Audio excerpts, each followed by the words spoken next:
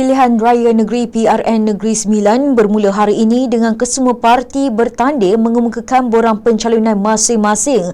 Livine Suara Murugan yang mewakili Bersatu bagi kerusi Dewan Undangan Negeri Don Sri Tanjung merupakan calon termuda berusia 23 tahun. Manakala Abdul Latif A. Tambi, 70 tahun, yang mewakili Pakatan Harapan PH di Don Gemencih merupakan calon paling tua.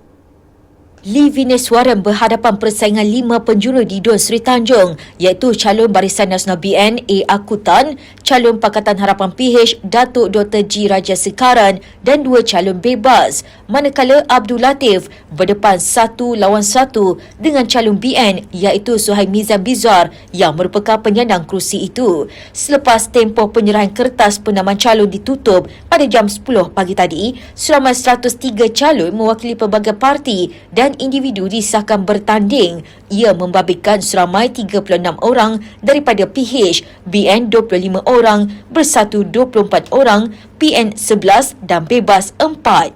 Pengurusi Suruhanjaya Pilihan Raya SPR, Datuk Seri Ramlan Harun berkata, seramai 94 calon adalah lelaki dan 9 wanita bertanding. Berdasarkan kategori umur pula, 3 calon berusia antara 18 hingga 29 tahun, 12 calon berusia 30 hingga 39 tahun, manakala 39 calon lagi berumur 40 hingga 49 tahun, 33 calon dalam lingkungan 50 hingga 59 tahun dan 16 calon berusia 60 tahun ke atas. Katanya 11 kerusi menyaksikan 1 lawan 1, 3 penjuru di 21 kerusi, 4 dan 5 penjuru masing-masing di 2 kerusi.